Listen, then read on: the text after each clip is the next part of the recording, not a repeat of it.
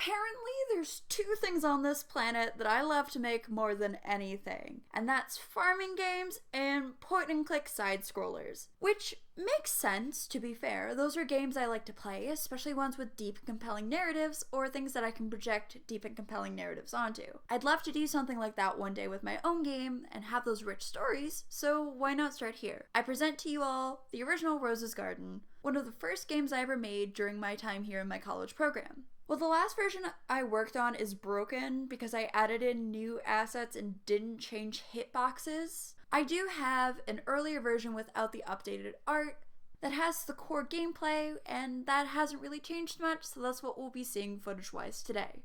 For the core game loop, you plant seeds, you harvest them when they grow, you buy ingredients, you bake stuff, you sell them, and you repeat. It's simple, not very fun, and not very deep. So why not do more with it? When I first created this game, it was meant to be a love letter to the ideas I had held within for so long and wanted to complete. A testament to all the games that I loved to play, and wanting to make just this passionate regurgitation of all that content. Of course, it just fell flat at the time with the amount of knowledge I had. That said, it has been a full year since then, and I've developed at least one more game in between and have another one in the works that I'm the head programmer for. So why not give it another shot? I'd love to take my baby and give it those rich storylines that I love so much, to create these compelling characters that I'd done side projects on in the program but never got to integrate into the code. I'd love to do more expressive art. As much as I love pixel art, I'm a hand-drawn artist. I would love to get my hands on my tablet again and just draw these characters in this environment. And I'd love to enrich the gameplay to help with those dull cycles that farming games tend to have. Trying to salvage what I can from the original code, my first goal is to complete the base mechanics I want for my mechanics demo. These mechanics include character movement, drag and drop functions, interactable shop menus, planting crops, growing plants, harvesting them, baking with the items, selling those baked goods, talking with NPCs, gifting items, and calendar progression.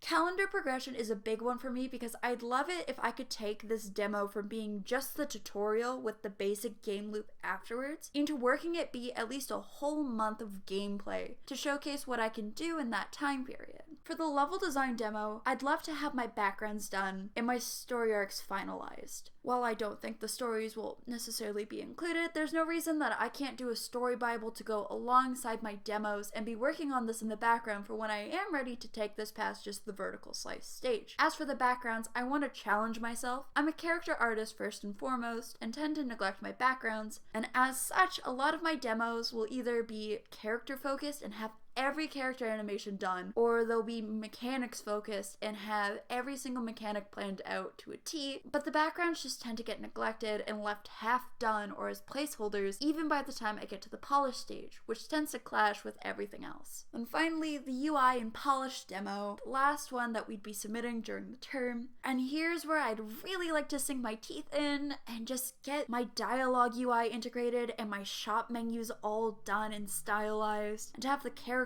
art for my dialogue boxes and even the animations for the main characters who you'll be seeing throughout this first month. My hope is to be working on assets alongside the development, since that just seems to be my development style, so I love to get my hands on just asset creation in general. However, I do understand that doing hand-drawn animations is a lot more than pixel art animations, and it may not necessarily be done. So this is more of a stretch goal for myself, and it will get done as I progress, but likely won't be fully completed by the time I release my final demo for the class. Since my focus this go-around is on aesthetics and narrative, I'm sure we'll see a lot of change and growth with the art style of the game as time progresses. I have ideas now, I have concepts, but that doesn't necessarily mean they'll stick by the time the game's done, especially since I'm switching from pixel art to hand-drawn. But it's an exciting challenge, and I'm excited to showcase stuff that I haven't been able to showcase yet, since all my games have been pixel art focused and I've been neglecting my hand-drawn abilities. I come from an artistic background, so getting in touch with my roots and really letting them shine for my magnum opus. It's just my way of going out with a bang this year. The narrative for the game will be taking advantage of one of my favorite series of archetypes, the Major Arcana from Tarot. They'll be helping as a baseline for the character development, and not at all to serve as a testament of my love for the Persona franchise. Things can get a little tropey with this, so I'm gonna do my best to avoid it, but really there's no promises, and I just hope that they're compelling enough that they can stand on their own to be unique. Another thing that I'm really playing around with is renaming a lot of the places and characters that I had originally made. Originally, the game had a very heavy Alice in Wonderland inspiration, hence the name of the main character, Alice.